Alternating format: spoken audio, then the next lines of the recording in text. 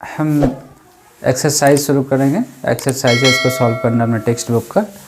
जैसा कि मैंने पहले के वीडियो में बताया था, हम ये इस बुक से एक्सरसाइज भी करेंगे।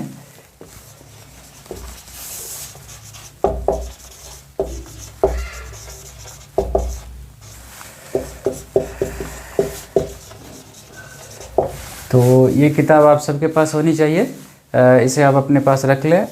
इसका एक 1 बाय 1 एक्सरसाइज हम यहाँ पे सॉल्व करेंगे और अपने जो कॉन्सेप्ट्स हमने पढ़ा है इससे पहले, उसको हम जो है कि यहाँ पे किस तरह अप्लाई करते हैं हम वो सीखेंगे।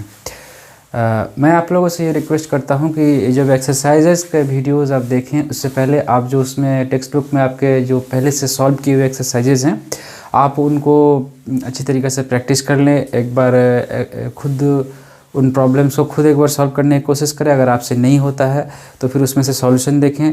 फिर भी नहीं होता है तो आप मुझे व्हाट्सएप के ज़रिए या ईमेल के ज़रिए मुझसे कांटेक्ट कर सकते हैं और हम जो है कि उसके ज़रिए फिर उस प्रॉब्लम को सॉल्व करने के मुतालिक जो है कि डिस्कशन करेंगे। तो फ़िलहाल इसके बाद जो वीडियोज़ यहाँ पे आपके पास पहुँचेंगी उनमें यही होगा कि हम एक एक करके सारे एक्सरसाइजेस को यहाँ पे सॉल्व करेंगे। तो शुरू करते हैं। Dimension of A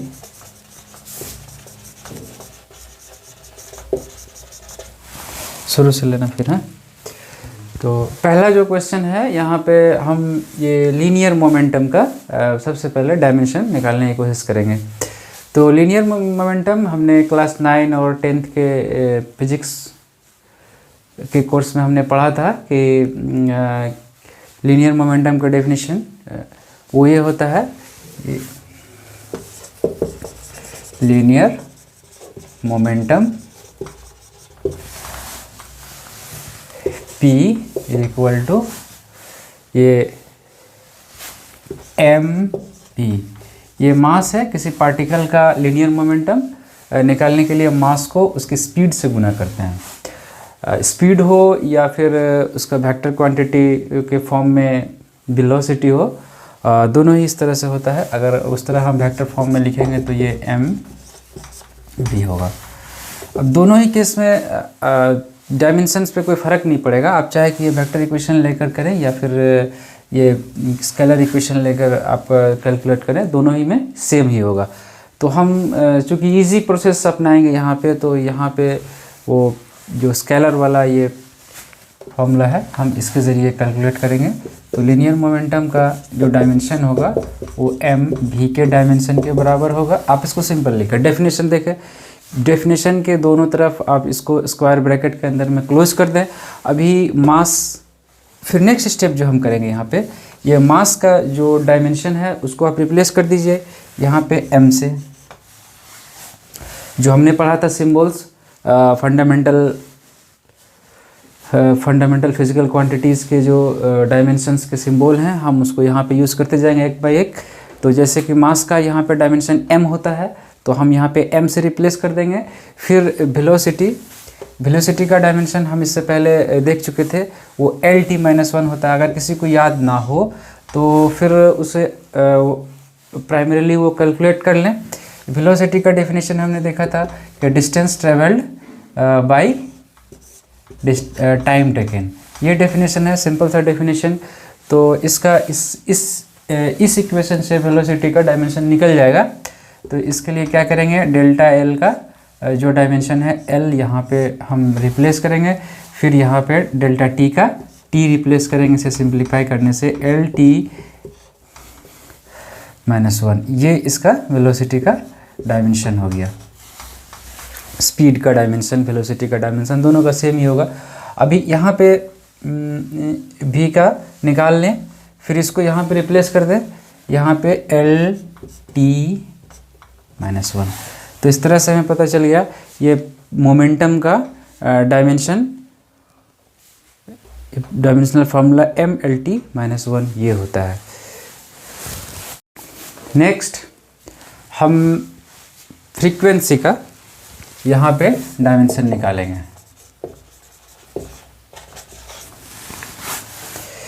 frequency simplicity के लिए इसे एफ से हम लिखते हैं, डिनोट करते हैं। तो यहाँ पे फ्रीक्वेंसी का हम डायमेंशन निकालेंगे। फ्रीक्वेंसी का डायमेंशन निकालने के लिए सबसे पहले हम फ्रीक्वेंसी के डेफिनेशन पे जाते हैं। फ्रीक्वेंसी का डेफिनेशन ये क्या होता है, ये नंबर ऑफ ऑसिलेशंस होता है इन 1 सेकेंड। 1 सेकेंड में जितना सारा ऑसिलेशन होगा उसका ये डेफिनेशन है। तो अगर मान लें आपके पास ये एक वाइब्रेटर है, इसे आप वाइब्रेट कर दें और ये वाइब्रेशन होता है, तो ये मान लें कि 50 वाइब्रेशंस ये 1 सेकेंड में करता है, तो इसे वैसे ही हम लिखेंगे 50 वाइब्रेशंस पर सेकेंड। तो ये चूँकि नंबर ऑफ वाइब्रेशंस होता है, मान लें कि ये 50, अगर इसको और सिंप्लीफाई हम करना चाहें तो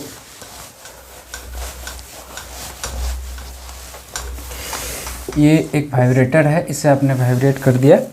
अभी ये मान लें कि 250 यानी 250 टाइम्स ये number of vibration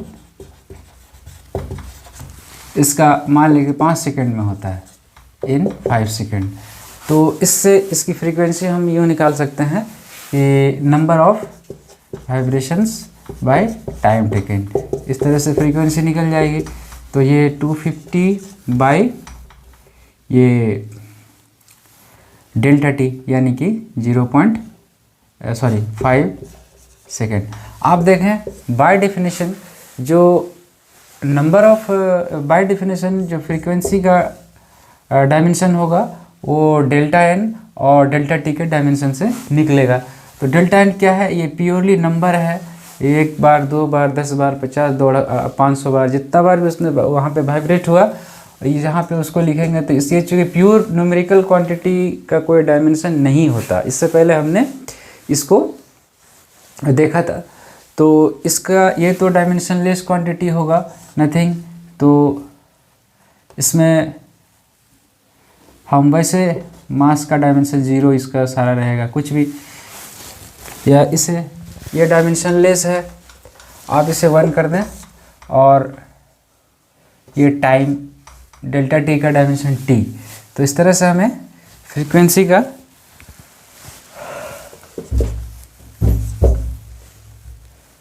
delta N by delta T, तो इस तरह से 1 बाई टी यानी t-1। तो ये फ्रीक्वेंसी का डायमेंशन निकल गया। ये C प्रेशर। तो pressure by definition force by area होता है। अगर क्लास 9 और 10 के जो हमने फिजिक्स पढ़ा वो किसी को याद नहीं है तो यहाँ पे हम उसको बहुत ही शॉर्ट में रिवाइज कर लेते हैं। प्रेशर क्या होता है, अगर इतना बड़ा एक एरिया है, ये क्रॉस सेक्शनल एरिया है, ये इसका एरिया जो है कि A है और इस पे हम F फोर्स लगाते हैं, तो ये जो टोटल फोर्स का मैग्नीट्यूड है उसको अगर एरिया से डिवाइड कर दें तो जो क्वांटिटी हमें मिलती है उसे हम प्रेशर कहते हैं। तो इस तरह से देखें, प्रेशर का डायमेंशन भी फोर्स के डायमेंशन और एरिया के डायमेंशंस का रेशियो होगा।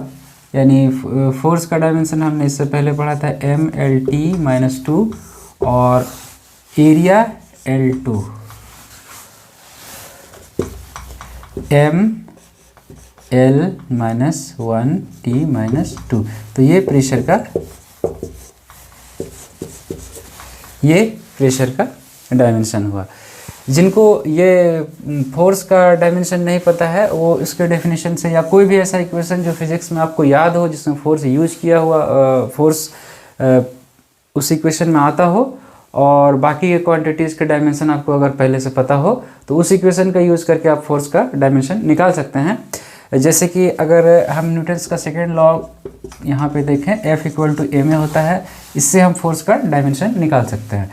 m ये मास का डायमेंशन m और एक्सेलरेशन का डायमेंशन lt माइनस 2।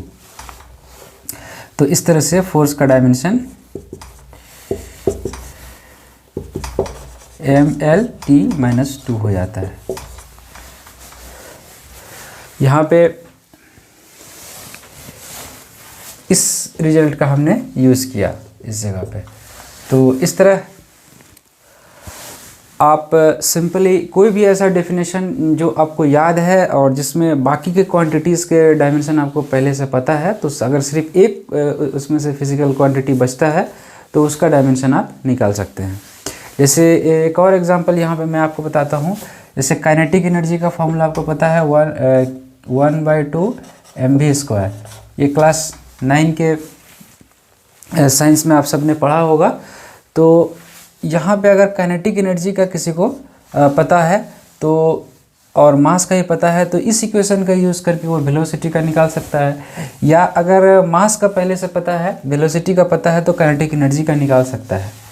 तो इस तरह का इक्वेशंस के बारे में आप सोचें। जब भी आपके पास कोई क्वेश्चन आए जिसे आपको सॉल्व करने की ज़रूरत है, तो आप किसी ऐसे इक्वेशन के बारे में सोचें जो इक्वेशन आपको कंफर्टेबली और इजीली याद हो और उसमें कम से कम क्वांटिटीज़ फिज़िकल क्वांटिटीज़ आए हों।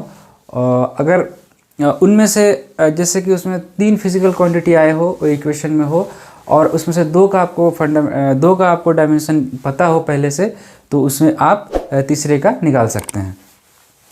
तो यही तरीका हम आगे अपनाएंगे और फिर आगे क्वेश्चंस को सॉल्व करेंगे।